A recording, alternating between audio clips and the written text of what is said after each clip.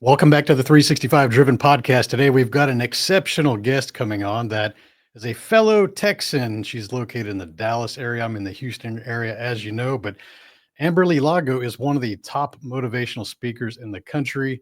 She does keynotes for some large organizations. She's been on the biggest stages and TV shows, and it all stemmed from a accident she had from a motorcycle back in 2010. I'm going to let her share her version of that story so you'll understand the impact of it. But it's been a long overdue conversation to have you on, Amberly, and I'm looking forward to sharing this time with you. Well, thank you so much for having me on. Like I was saying before we started recording, I love your show and it's really an honor to be here. Thank you. Thank you. And so, for the people that don't know you, which there's a lot of people outside of our space that maybe aren't into the personal development or the motivational speaker world, give us some backstory there so we can get into what happened in 2010 on that fateful day. Oh, yeah. Well, my life was completely different. In 2010, I had a completely different career. I was in the fitness industry and it was booming. I loved it. I was thinking, I've worked so hard and things are good. And I was coming home from work on my Harley. And there was an SUV that I don't know if he was trying to beat me out of the parking lot. I don't know, but he shot out of a parking lot and I was T-boned and thrown about 30 feet. And I would just remember sliding across the asphalt and I couldn't tell what I was sliding into. And I was just thinking, please God, don't let another car hit me. And when I finally came to a stop, I looked down at my leg and it was completely just crumbled into pieces. There was blood everywhere. I didn't know it at the time, but my femoral artery was actually severed. And being an entrepreneur, this might you might relate to this, but one of the very first thoughts I had was, well, this can't be good. I might have to train clients on crutches for a while. I was already thinking of You're going how to am I going to get recover. over I'm this? going to get over this real quick. I got to get over this. I got to get back to work. And little did I know how it was just going to change the trajectory of my life.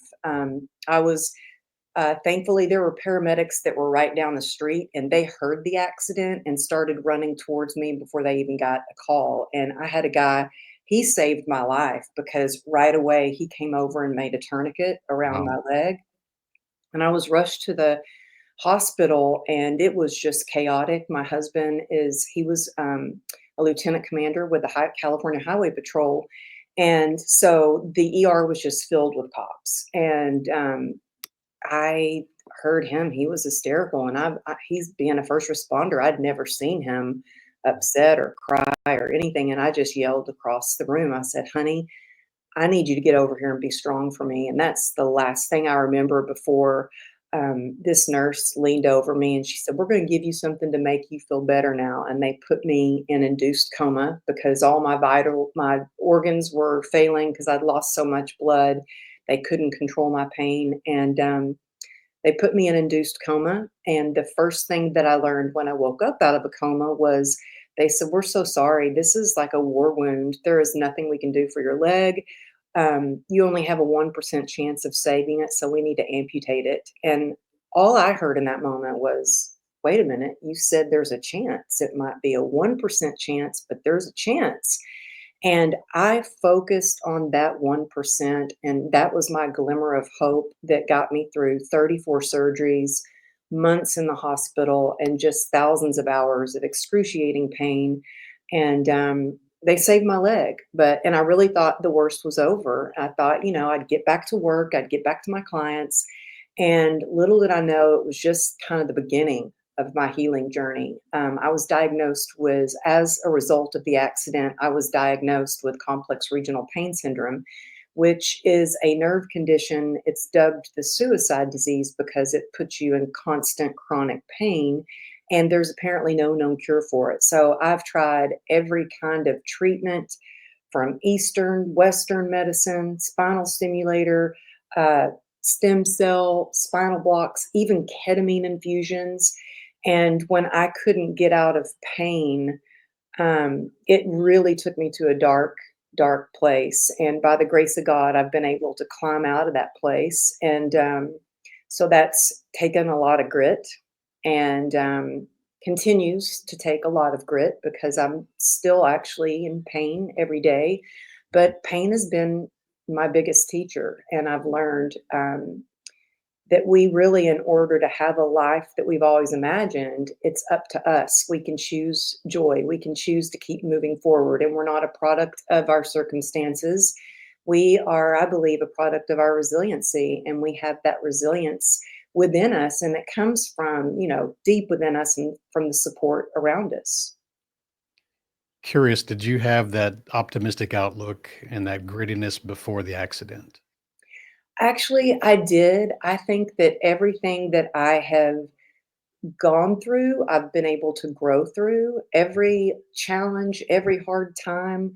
I think that growing up an athlete and being a professional dancer, it did teach me. And I had a great mentor. When I was 13, I had a mentor that really took me under her wing and taught me not just how to be a dance teacher, but taught me grit and how to run a business. And so all these things I feel like helped with my mindset.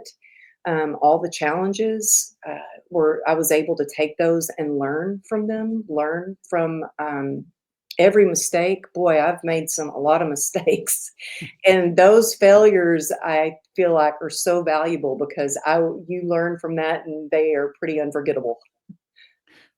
It sounds like you had a really amazing support group while you were going through that hospital journey. What was it Oh, like what was it like when you your how did it ding your identity because you were you danced and you're professional and you're a fitness model and all these things. So on the backside of that, how did that change you? I really kinda had to reevaluate, like, who I was. I this sounds so shallow, but my whole identity was based on what I looked like because being a dancer, I was hired for not just how I danced, but my height. I mean, there were sometimes I'd go to a cattle call and they would just line you up and say, too tall, too thin, too need to lose weight, too muscular, So I was used to, as a trainer, one of my good friends, her name's Corey Everson. She was 6 times Miss Olympia, and she was like, "Your body is your billboard." And Mm. so I didn't have social media. I didn't know about branding or marketing. I basically really took care of myself and would wear workout clothes, and I would get clients just walking on the street because Yeah. they would come up and ask me, "Are you a trainer?" So to go from a world where you're viewed, I got my business from the way that I look to now all of a sudden be completely scarred and deformed from the hip down. Um, it was hard. It was hard. I had to identify, well, who am I without being able my nickname was Legs in the gym. And, now my nickname is Boots in the gym because I wear boots. I can only wear a certain kind and a certain brand of boot because my ankle's fused. Mhm. And, I've had to really do some deep healing and learn to accept all the scars. As I used to look down at my leg with disgust. I didn't want anybody to know that there was something different with me, that I didn't want them to see my scars.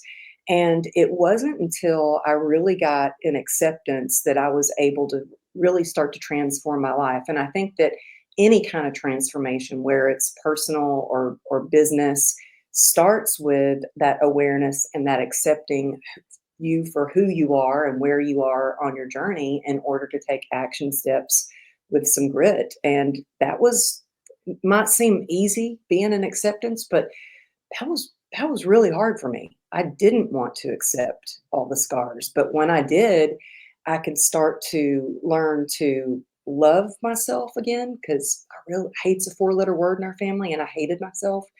Mhm. um, but that healing, that acceptance has taught me how to really accept all these scars. And I think because of that, my daughters are able to accept themselves and love themselves. I feel like we're kind of like walking permission slips for others. And when we can love ourselves and accept ourselves, it gives others permission to do the same. I know someone that's going through that. There's a series of highs and lows. It wasn't like a low, low point, but it was a series of highs and lows going through that. Did you find that your low point was while you're in the recovery of the hospital, or is this sometime afterwards?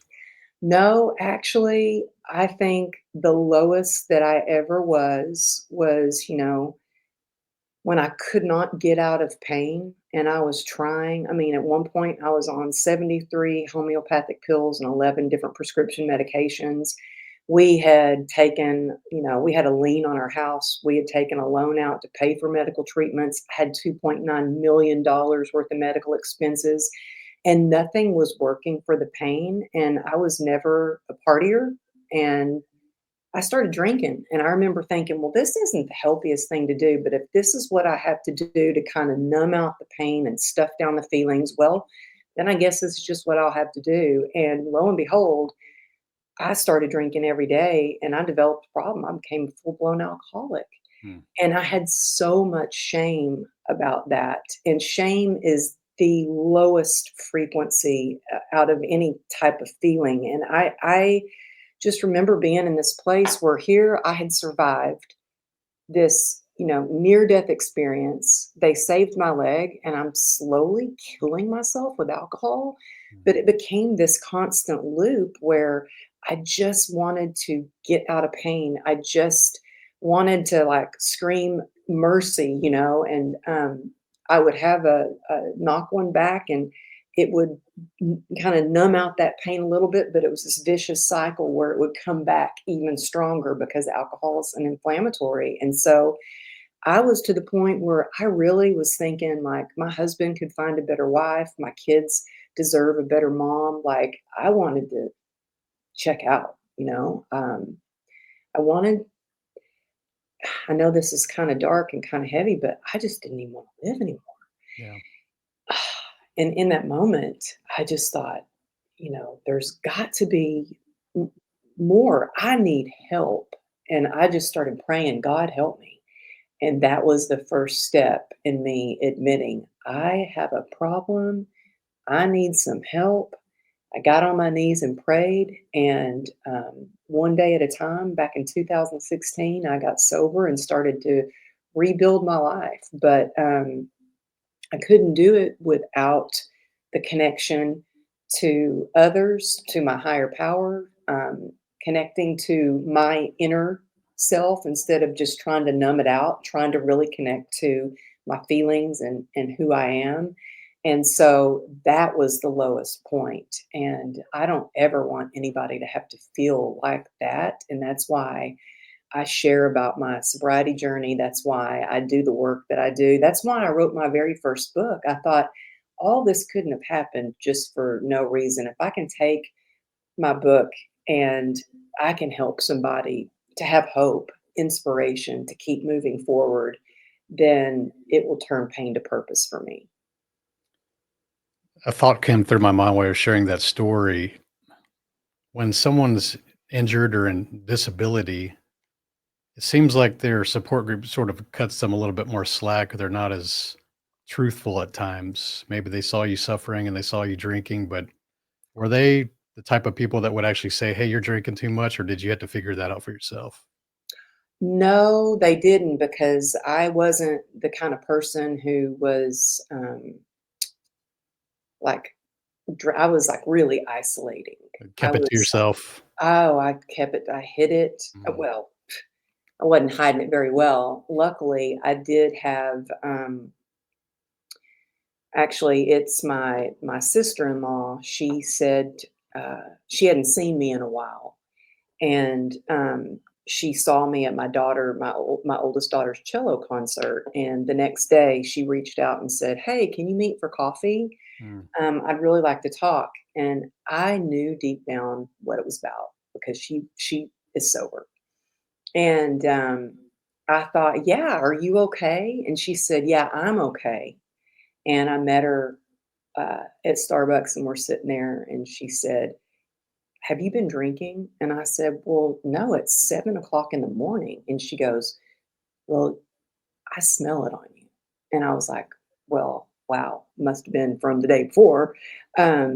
But, she took a chance on me and said, as soon as she said it, I knew like, the gig is up, like, I'm done. I just started crying and I said, "I need help." And, it just made me feel good that she acknowledged that she was doing it out of love for me, you know? And so I remember when I got my in recovery, I'm a part of a 12-step program still, and when I got my first chip, so my first year of sobriety, um, she came to that meeting to see me get my first chip. I'm so glad that you were able to have the courage to respond the way you did.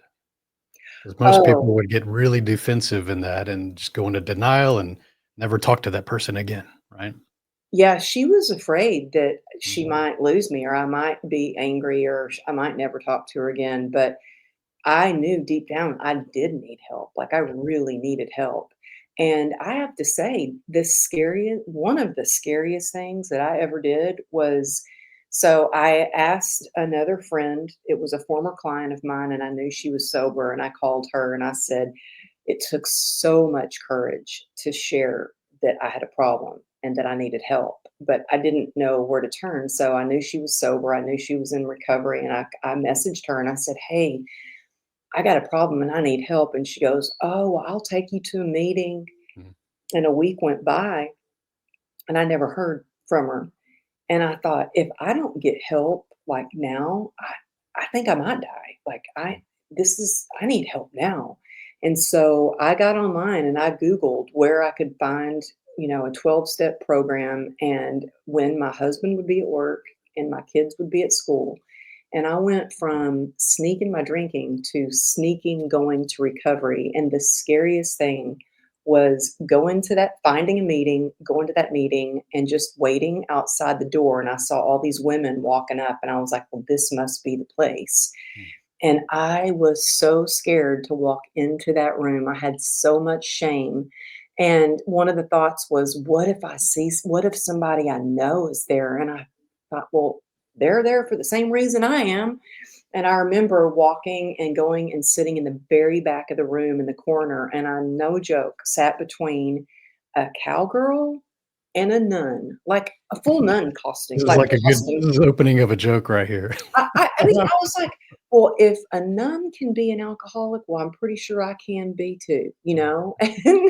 And in that room, I heard hope. I heard people share my story, but it was theirs, but it's so similar to mine. And most of all, I saw the joy and the sparkle in their eye. And I thought, I want that. I want the freedom. And so I just kept going back. And, it's been a while, but it's the best thing I've ever done. I don't think I would have anything. I wouldn't have another book. I wouldn't be connected with you if I didn't have my sobriety. Well, congratulations on that long sobriety. That's very honorable Thank to be you. able to go through that. And I know that those meetings can definitely be life-changing because I've had several friends that have gone through those programs and the way you talked about the hesitation going in that first room, I actually felt that the first time I went to Toastmasters, the public speaking classes, because I was shy and I didn't really want to be on stage. And I remembered sitting in the car and having to kind of think about it. And finally I did it. And like you, I found a bunch of people in that were very inspiring, very supportive, and sharing their own stories. And that kind of keeps you going back. And eventually you start to become a mentor of that group. Yeah, and I think connection is, I used to think that, it's just all about working hard and gritting it out, and I learned that grit without connection is resistance. It feels like clawing your way to the top. It just is hitting roadblocks or rock bottom or burnout. But grit with connection, that's where we find joy. That's where we find resilience. And so I think, you don't have to do it alone, whether it's your sobriety, whether it's your entrepreneurial journey, whatever it is. I feel like we aren't meant to do hard things alone. We are wired for connection. And so whether it's going to Toastmasters and, public speaking is the number two fear other than death itself. So, Right. it's understandable. I mean, I still get freaked out speaking. People ask me, "Are you nervous?" And I'm like, "Yeah, I'll be laying in bed and all of a sudden go, oh, I'm doing this new keynote and I need to practice it. And I even mark it down in my calendar like keynote prep, because it's not when I get on stage. As soon as I get on stage, I feel at home and I'm kind of in flow, but it's beforehand that Yeah. I get nervous. I think all of us that speak or perform in some way feel that anxiety and that nervousness. That's because you're human and you're not a sociopath. You know? Yeah, I think if I So, wasn't nervous, something would probably be wrong with me. that's But right. I had a Yeah. mentor of mine. His name is Dan Clark, and he's a Hall of Fame speaker. And I was flying in to speak at this big event in Scottsdale, and I had just written on a sticky note, "Call Dan." And lo and behold, as soon as we get down, the wheels hit the landing strip, my phone it's pings, and it's Dan. He goes, "Where are you?" I said, "Oh, I'm just flying into Scottsdale." He goes, "Me too." He goes, "What are you doing?" I said, "I'm speaking at an event." He goes, "Well, I'd love to come see you." And I was like, "Oh, really? That'd be awesome." And I'm thinking, "Oh, I don't know if he's actually going to show up to this event." And I was backstage and I remember thinking, like, "Whew, good, he's not here," because that would Yeah. be extra pressure for him to come. And then all of a sudden, he comes walking through the back door, and I was like, "Oh my gosh." I just started getting so nervous, and I told him, I was like, "I wasn't that nervous until you got here." And just knowing that he was there just to watch me, and he's a Hall of Fame speaker and this and that. He goes, "Well, you know what? If you're nervous, that's selfish. That's thinking about you instead of the people that you serve." And I was All like, right. "Oh, that's a good way to look at it. No, this isn't about me. This is about how can I help somebody? How can I be of service to them and their success?" That's a key. Yeah. We definitely need to know that when we have to focus outward, not inward. So then you're going through this journey, you're getting sober, and you decide that you wanted to impact people with your story. So did the book idea come first? Your first book there? True Grit Yeah, and Grace? the that was my first book, and I remember thinking, "Okay, the hard part's over. I've written the book," and it took me 2 years to write my first book. Okay. My newest book, it only took me 3 months, but I was committed to writing 2 chapters, like, every week, getting a Yeah. couple chapters written. Blocking out the time, scheduling it, doing it. Yeah. Yes, for Yep, I sure. was getting up at four Yeah. o'clock in the morning to write because that was the only time I had was, like, 4 in the morning, and, a time where I wouldn't be, interrupted, and when you're in that flow of writing and you get interrupted, it's hard to get back, or for me it is, it's hard to get It back is into very it. hard. It is very hard. Even if you're creating content, it's very hard when you get interrupted. It is, isn't it? That's why I do create content early in the morning or late at night, Yeah.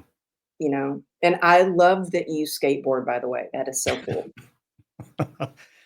That was actually a health scare that drove that to happen. I was in a hospital, and a year and a half ago, it was March of not this past year, but the year before, and I had some lower abdominal pains, and I was kind of like just could not figure out what was going on, and I was going through all these tests, and I remember laying there, and I would say to myself, if I ever get out of this bed, because there was no guarantee, right? I said, what would I, regret not doing again? And there was two things that popped up in my mind. It was martial arts and skateboarding, things that I'd done as a child and enjoyed. And I said, okay, if I can get out of this bed, I'm going to do one or both of those things. And that's why I did it. Oh, I love that, and I love that you said that you and that what are the things that you enjoy, because I really, a few years ago, hit, like, I was crashing, like, my pain was unbearable. I just had been, work got really eventful, and I was blessed to be doing some amazing, awesome opportunities.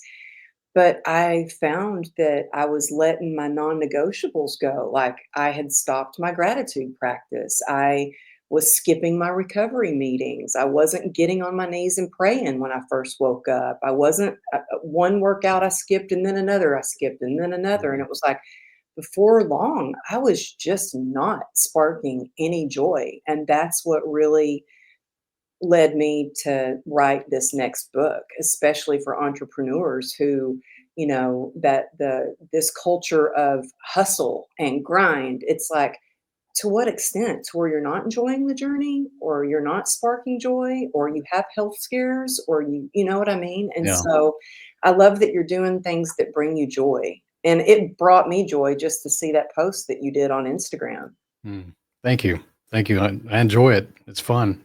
The right mix of adrenaline and kind of fear. I've got that daredevil personality, so it kind of fits me well. Oh, I do too. I'm an adrenaline junkie. Yeah, you're riding a Harley in your accident. So yeah, I've had Harleys too. My wife, she had her own Harleys. Like we understand that, and we used to see cars pulling out right in front of us, and they wouldn't even see you. So it's kind of scary. Yeah, yeah. My husband always joke around and say, "Well, I started dating him because he had a Texas chopper." And I was like, "Well, he's got a Texas chopper. He must be pretty good." And he just sold his motorcycle after my motorcycle accident. He kind of stopped riding, and he Mhm. just sold his Texas chopper. Well, I guess you don't like him anymore now, huh? Well, he's kind of grown on me. I guess I'll stick with him. Yeah, yeah, he stuck around in the hard times. He's put up with me. Oh my goodness. My nickname the nickname that he calls me lovingly is, Crazy. That's what he calls me, Crazy. But I mean, he never knows what I'm gonna come home with, or what my daughter, who's an adrenaline junkie too, like, one day we came home after we moved to Texas, and I come home with the biggest Longhorn, and he's like, "What is that?" I'm like, "It's a Texas Longhorn. We're in Texas now. I need to hang this Longhorn head up on the wall." And he's like, "Oh my goodness, y'all get together and you just bring home and the craziest stuff, and you do the craziest stuff." Like, At first, I thought you were literally talking about bringing home, like, a longhorn, like a bull. well, it's no, just the head, It's just the head. like, "Where are we gonna keep it? Just put it in the backyard. Just It in eats the a lot. backyard, yeah. It eats a lot." That's good stuff.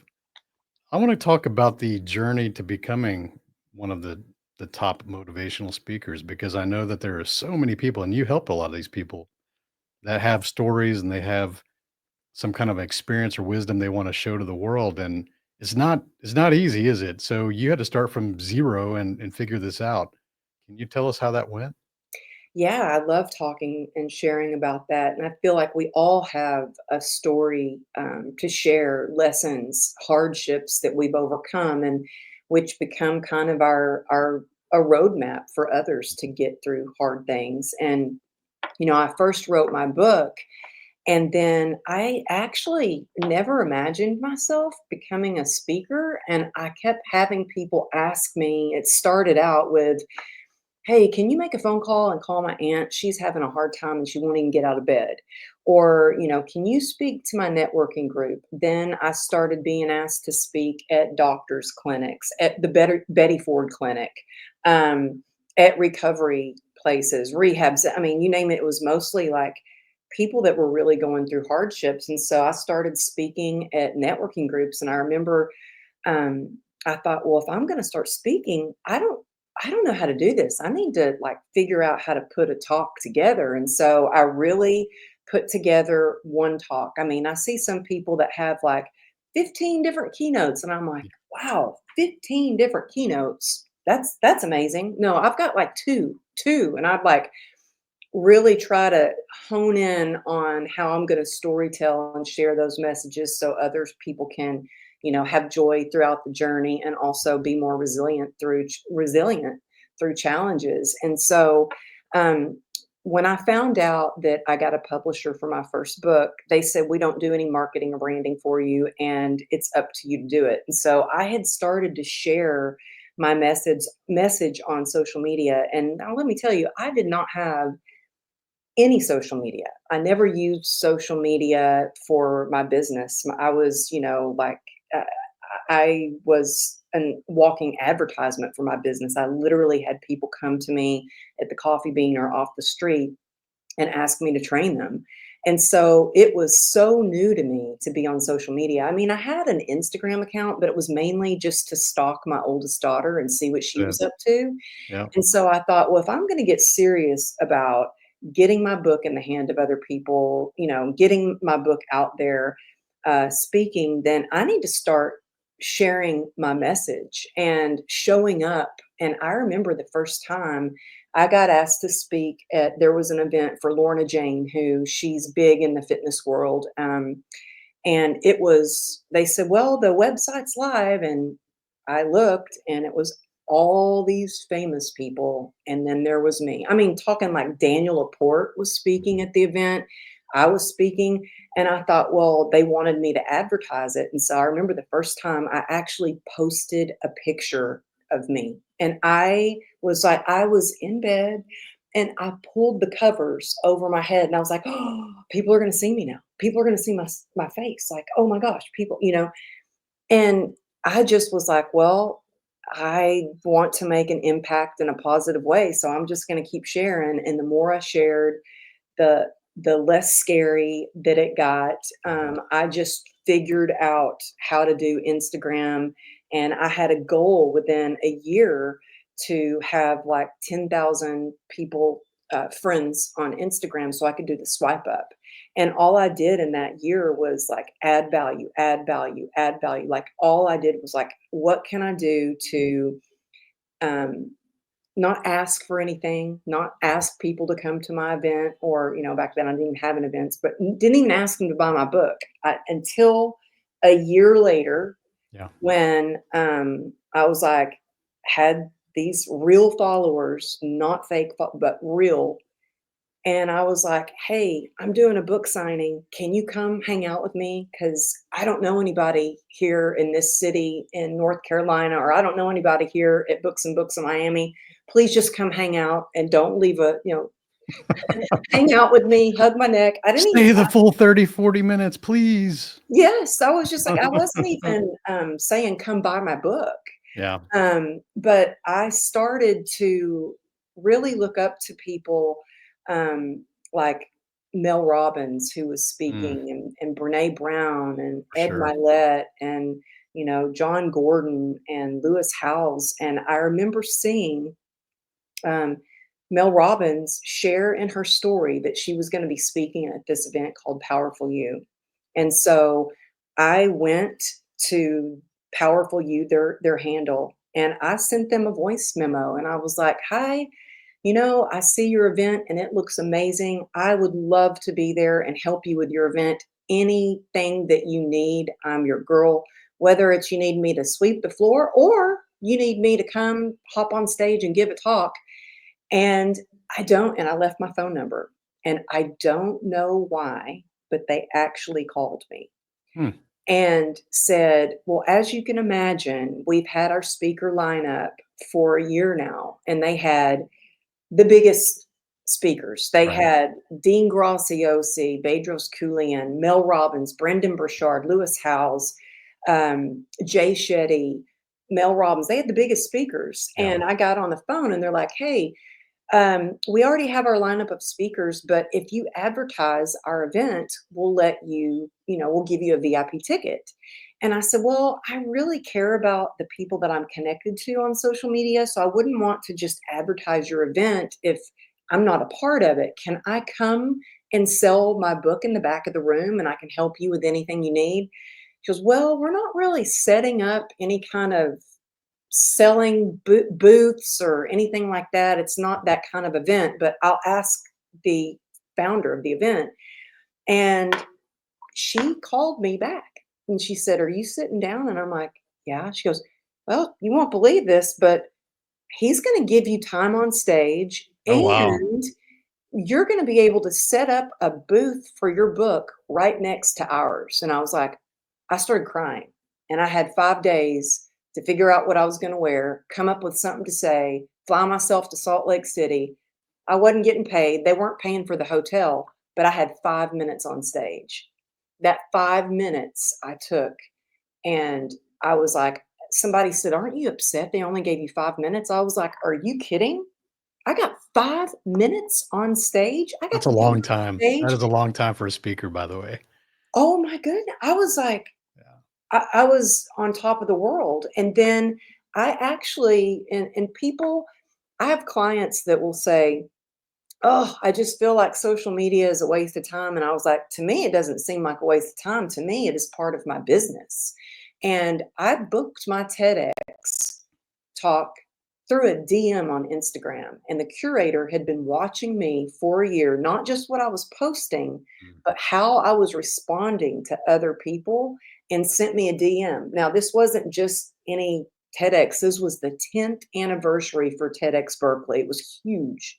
Mhm. And so I just started saying yes to anybody that would have me at their event. And, I did a Instagram reels about this the other day, about how a lot of times speakers think that they're just going to start speaking and get paid 50 to $100,000 a keynote. No. I spoke for free when I started. I said yes to any place that would have me. I was flying my way to events. I was paying for my hotel, airfare. You know what I mean? Yeah. Because I needed to get the reps in. I needed to get that practice. I needed to have the experience. And I needed to have social proof of, yeah, that's me speaking at that event. Yep, that's me on stage. And making those connections along the way has been incredible, because, like, there's one event I'm speaking at in a couple of weeks. It's my fifth time speaking for this organization. Nice. There's some major takeaways from that. So, the first, I like that you revealed the truth that book publishers do not do any PR or marketing. And people wonder why certain authors sell thousands of copies versus zero copies. And let's be real, you and I both know there are some exceptional books out there that have zero sales because the author thought, hey, I'll just put it out there. Amazon will do all the marketing for me and people will just figure it out and discover it and buy it. And that's just not true. And Mhm. you guys heard her. She was touring around the country and doing book signings and talking about it on social media. I did the exact same thing. My first book was 2018 as well. And I talked about it all the time and I carried copies around. And even when my wife and I would travel, I would bring a copy with me anywhere in the world and I would take pictures of it, like international, and do kind of cool things with it. And I still have that worn out book. It's been around the world a couple times. But that's the kind of level of grit and persistence that you had to put it out there. And I think that most people don't understand. They greatly underestimate that. Can I And tell you a secret too? yes, please This do. is this is I don't know how good this is, and I can't believe I'm admitting this, but every city that I would go to, any local bookstore, I would walk into the store and I would say, "Hey, do you have a copy of True Grit and Grace by Amberly Lago?" And they'd be like, "Well, let me check." And they're like, "No, actually, we don't." And I'm like, "Well, could you order a copy, please?" And I was like, "Okay, now they have a copy in their store." Yeah, that's awesome. Another way we can do that and have fun is to call school libraries and offer them copies, and then they have it at their school shelves. Yeah, Yeah. yeah. So that's the kind of things we do as authors, and people don't realize that the amount of work. I mean, they think it just comes or, oh, you must have had an audience or you must have been famous already. And yeah, famous people do get an advantage on their second book, but it's really hard to get that first book out there. And I think that if you're an author or aspiring author and you're watching this or listening to this, understand that you're gonna have to become a good marketer too. There's a skill that goes on top of it, it stacks. Oh, for sure, for sure. And I mean, another thing that I'm actually doing is I have quite a few events that I'm speaking at coming up, and I said, you can either pay my speaker's fee, or I could, I've negotiated, Mm. or if you would like, you can, instead of paying me that full speaker fee, you can purchase books for all your attendees. And Nice. I will say how generous you are for purchasing my book for all the attendees. And so most of the time they opt for ordering the book Yeah. as part of my speaker's fee. Yeah, it's a good give back to the audience, and the audience does appreciate that, and it's a win-win for everybody involved, audience, host, and yourself. You also mentioned speaking at I probably spoke at least 12 different events for free initially, like you said, just to get those reps. Hmm. Man, there's a lot of people with egos, especially guys that are high net worth. People that are high net worth who are just trying to break into the speaker or the influence game. They feel that they're entitled to these big stages and these networks because they have money.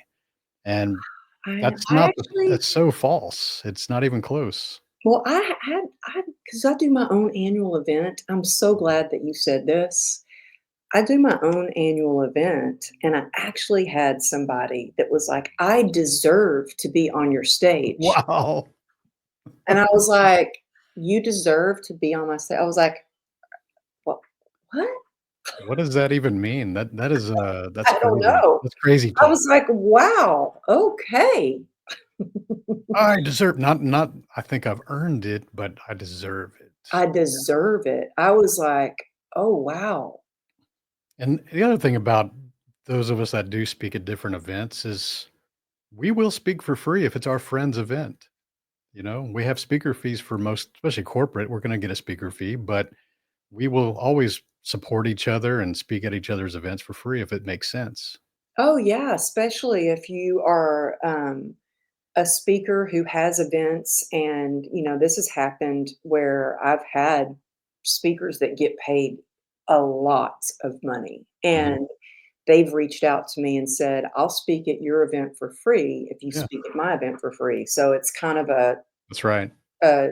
it's a win-win, That's right. because oh, actually, right before this, I'm constantly looking at my bank account, my business American Express, and I looked and I'm like, "Holy moly, what what is this?" And the hotel, because I'm already making payments for our event that's coming Mhm. up in April. Huge payments.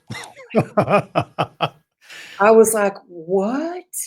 What is this? I wasn't expecting that much this month." Yeah, if you get a room block and a rental rate and the catering, it adds up. I mean, even those events that we do that are 4 to 5 days long, that's an upfront investment for about $60,000 just before you can that's just to reserve the block before you can even start selling anything.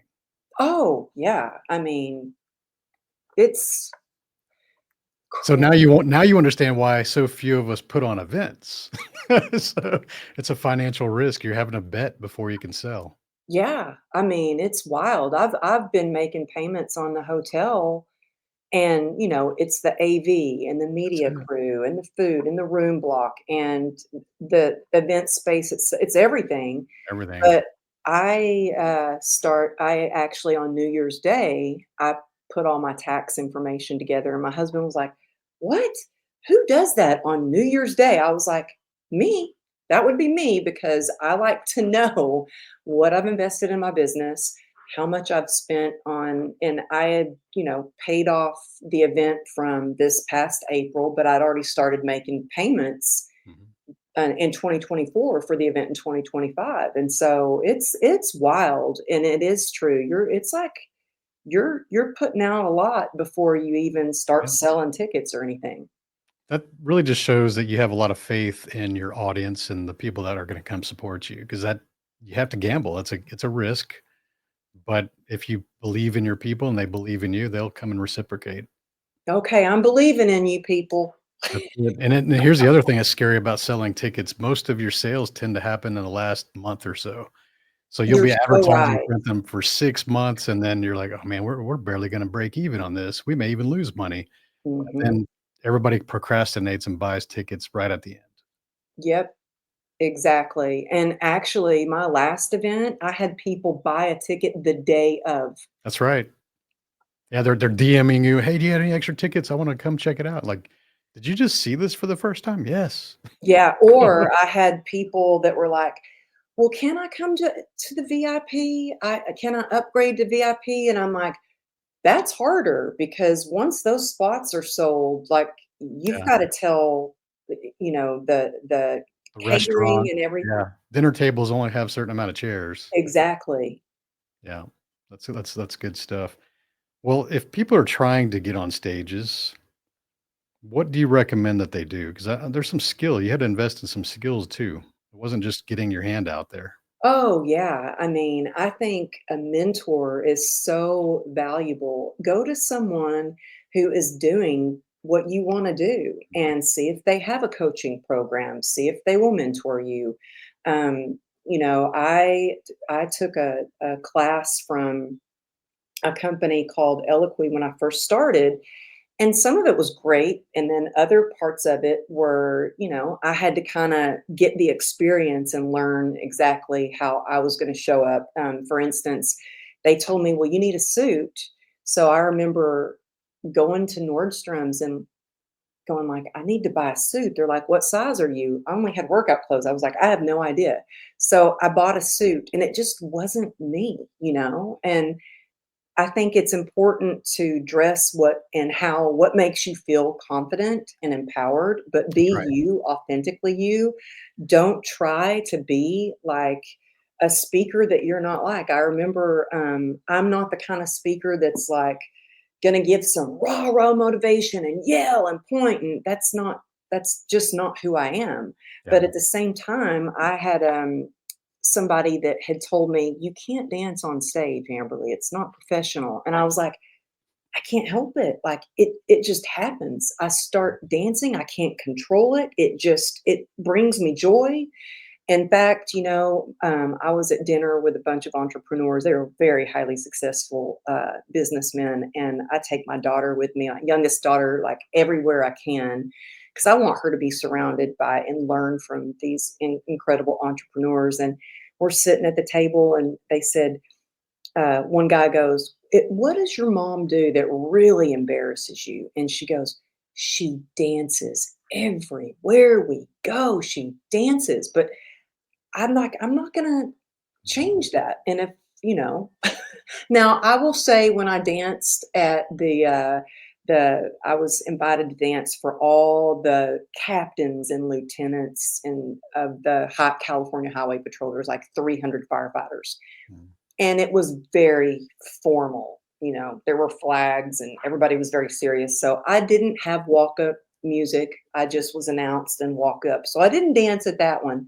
But if I hear some music, I might just have to start dancing. But I think that it's important to have a mentor, be authentically you, put some effort and practice into what you're going to share, and get in the reps and speak anywhere that they'll have you so you can practice. And then I had a client of mine that called herself a motivational speaker. I was like, "You need pictures of you speaking. Like, you can't say you're a motivational speaker, but you show no pictures of you speaking at any event. That's a So, good point. show social proof. If you don't have social proof, unfortunately, it's like it didn't happen." That's a big point. And before I was even on any stages, I was just using my phone as my stage. And the first year I did a video every single day, and that I was learning public speaking. I had a speaking coach and was going to Toastmasters and I was practicing, and this first videos really sucked, and they should, because you're beginning at something. But that was my stage. So anybody, listening to this, if you think like, well, I'm not getting any stages, nobody's inviting me, none of my friends host events, you carry that device in your pocket or your purse. Like, that should be your stage, and they should be demonstrating how you communicate until you start getting invited as a stage. And here's a guess. The good point is that if you do this and you are actually really good on camera, you will get invited to stages. hmm And if you aren't invited to a stage, create your own. There you go. Boom. There you go. Create your own. So yeah, yeah. And most of all, just getting in those reps. I mean, I feel better when I'm speaking consistently. And if I've gone like 2 weeks without speaking at an event, I'm like, "Oh wow, it's been 2 weeks. I'm feeling kind of rusty." You know what I mean? Yeah. So if I just keep the momentum and I'm like on the go with Mhm. speaking, I feel a little bit more in flow and I feel better about it. But yeah, I would definitely say, like, get in the room.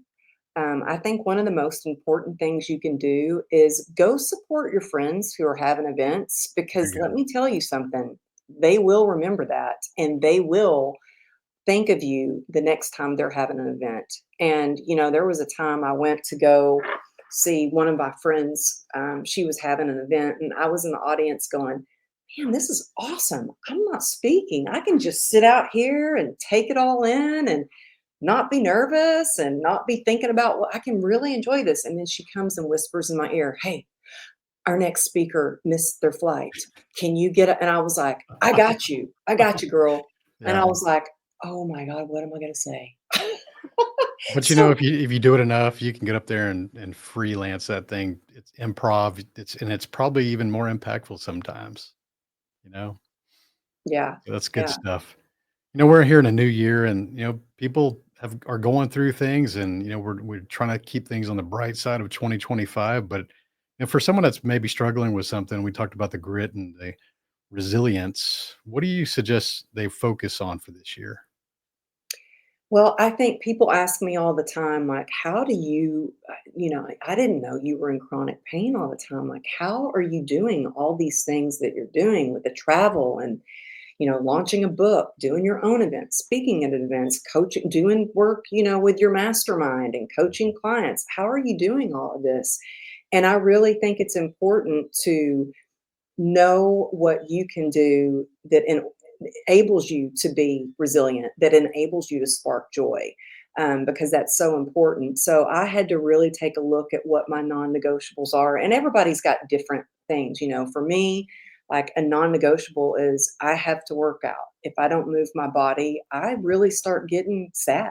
That's true. And moving moves your mood, and so taking care your health is the most important thing. I had a friend that told me a long time ago. She said, Amberly, your impact is only as strong as you are healthy. And it's so true because there are times this past year has actually, 2024 was probably the hardest year since my motorcycle accident with my health. I was just, for some reason, uh, CRPS flare ups were really bad and it would just knock me on my back. And so I've been doing everything that I can do, getting IV treatments. I have a nurse that comes to the house, Mm. focusing on my sleep. I mean, I wear a ring, like I'm not affiliated with this company, but I also have, I've got a ring and I've got a whoop. I measure my, HRV, I measure my sleep. And then I think so much is about the people that you surround yourself. And you shared a little bit about this in your your newest episode on your show. I really think it's important to do an inventory of the people that are in your life. How much, do those people drain you? How much do those people lift you up? Are they givers or they're takers? And you know that just by you seeing their name pop up on your phone. Mm. And I feel the same way. I think it's really important to stick with the people that are positive in your life, that inspire you, that are excited by all the big dreams that you have. And so I think with non negotiables, figuring out what that is for me, mindset, I practice gratitude in the morning. I pray to keep, so it's not just mentally, it's not just physically, it's spiritually. And Mhm. so for me, having that constant contact with God throughout the day, first thing in the morning, last thing I do before I go to sleep, um, and just figure out what it is that makes you feel and enables you to be resilient. I love that. That's some good takeaways there. You've got an event coming up in April, Dallas, Texas. Everybody should go check this out. Unstoppable Success Summit. And I may have to mosey on up there to north side of this state to go check that out I know. myself. What is it, like a 3-hour drive for Three and you? a half, 3.5 drive. Yeah. Yeah? Oh, Mm. that's piece of cake. Yeah, you should definitely come hang out. And you've got your next book that is coming out on February 11th called Joy Through the Journey. And I've already pre-ordered my copy, so I can't wait to see that. Thank But tell us you. about that second book real quick here. You are so kind. Thank you so much. Well, yeah, here my first book was really a memoir meant to inspire, and this one is really in the self-help category. It's got a lot of self-development, a lot of self-help, and it's really about how to shift your mindset, how to embrace the present moment, and how to do everything we can to be more resilient and enjoy the journey along the way, especially as an entrepreneur.